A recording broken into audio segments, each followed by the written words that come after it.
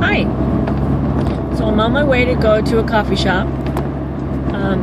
Excuse me. I want to get some work done, and sometimes being in that environment is the energy gets me going. But anyway, on my way there, I had a thought I wanted to just bring up. I wanted to talk a little bit more about change, because that's my whole thing, is about changing and becoming the person that God has always meant you to be you, and what that looks like and how it's lived out. And just because we get to the place where we recognize that we need to change and we're in the process of it, doesn't mean that as time goes by that we're not going to we're still going to fall into old habits sometimes. And then there are other times, like for me yesterday, realizing that many years ago, the Lord told me that I had to take care of myself. And when I was much younger, I took it for granted. I was not a person that liked to exercise. I was not a person that wanted to be disciplined to eat certain things, because I felt so good that I didn't feel like it was necessary for me to go on this diet or exercise and so forth. So I would kind of play around with it a little bit here and there. And, on occasion I would lose weight. And there was a couple times where I lost a lot of weight. And I didn't keep it up. And so I would end up gaining a lot of weight. And you know how it goes. You lose a lot of weight and then you gain it all back and then some. Well, that's what happened to me several times. Well, I have lost a lot of weight, but what I'm getting at is, yes, I do love to exercise now. I love to exercise, and I really enjoy taking care of myself. But what's happened is, many years ago, I was told that I had osteoarthritis, which hurts. Bottom line, hurts your bones. And at the time when I was told, like I said, it was many years ago, I didn't understand what that meant. I took it for granted. I felt good. The doctor must have been wrong. But so anyway, one of the things that I have to do to help take care of myself and to feel better is to exercise. I need to stay constantly busy. I need to keep my bones moving. I need to stay active. And it's easy for me to fall back into old habits, which is procrastinating, which is not doing anything. I could read, I could stay on my computer, I could do many things other than what I'm supposed to be doing to pass the time. And then keep telling myself, oh, I'll do it tomorrow. And then tomorrow will get here and I'll have great intentions of doing it, but I let things get in the way and then I don't do it. And then after many days of this, I have to start all over. But the thing is, what happened yesterday was I was getting ready to go and walk, and my body started hurting. My hips were hurting very bad, and my upper shoulders were hurting really bad. And I told myself, you know what, I did this because when I stay active, it doesn't hurt.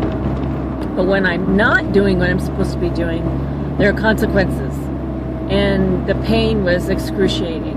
So I had to I went for a couple walks. I didn't do these great big huge long walks. I went for a couple short walks during the day just to keep my body moving. But what came to me was, I know I'm not the only one who has been told that they should be doing something and then they don't do it. And then what happens is, over a period of time, it catches up to you. And there are consequences. And that could be with exercise. That could be with anything. It could be with anything that the Lord has told you to do, but you ignore it. And you think by ignoring it, it's going to go away. And for a while, it might be sleeping. It might be on the back burners, but you know that maybe you don't. I don't know. Like for me, when the Lord told me something many years ago that He was going to do something, or He wanted me to do something, I didn't do it. I said, no, I'm not doing that. I already came out of a bad situation. I'm not doing that. And so He let it go. And then years later, it came back. And I was in a really bad place. And so because of that, the Lord had to deal with me. I had to deal with those consequences of ignoring something that he had told me to do, something I was supposed to do a long time ago. And when God tells you he wants you to do something, he doesn't forget. We might, but God doesn't forget. His memory is very long, as you can imagine. So when I was walking and I came back, I knew I had to stretch, and I had to get my muscles loose, and I had to become pliable and be able to move, and I just had to readjust my whole body and get to where I could be comfortable again. And then I finally did. But so what I'm going to do today is, yes, I'm out moving around today, but I'm going to go out and do my walking, do a couple more walks today, and that's what I'm going to have to do every day, which is good. Exercise is good. But what I realized is that that's what we go through. After we have run away or we have ignored the calling upon our lives, when we have done that for a period of time, and we get back into the hand, into the will of God, and we start working that muscle, start working working our limbs and our mind and everything, getting back to what he's wanted us to do, it's going to be painful.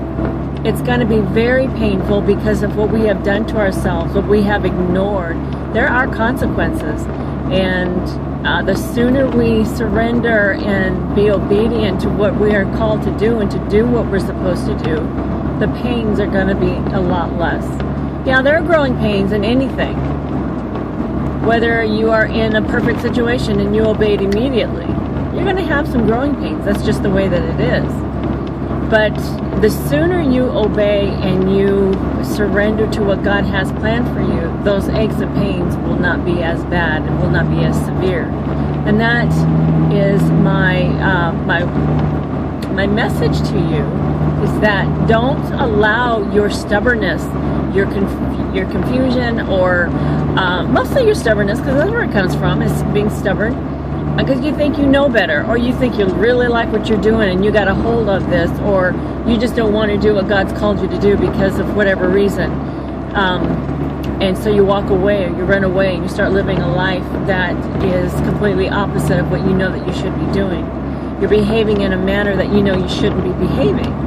You're making decisions, and you're speaking in a manner that you know is not correct, but you do it anyway.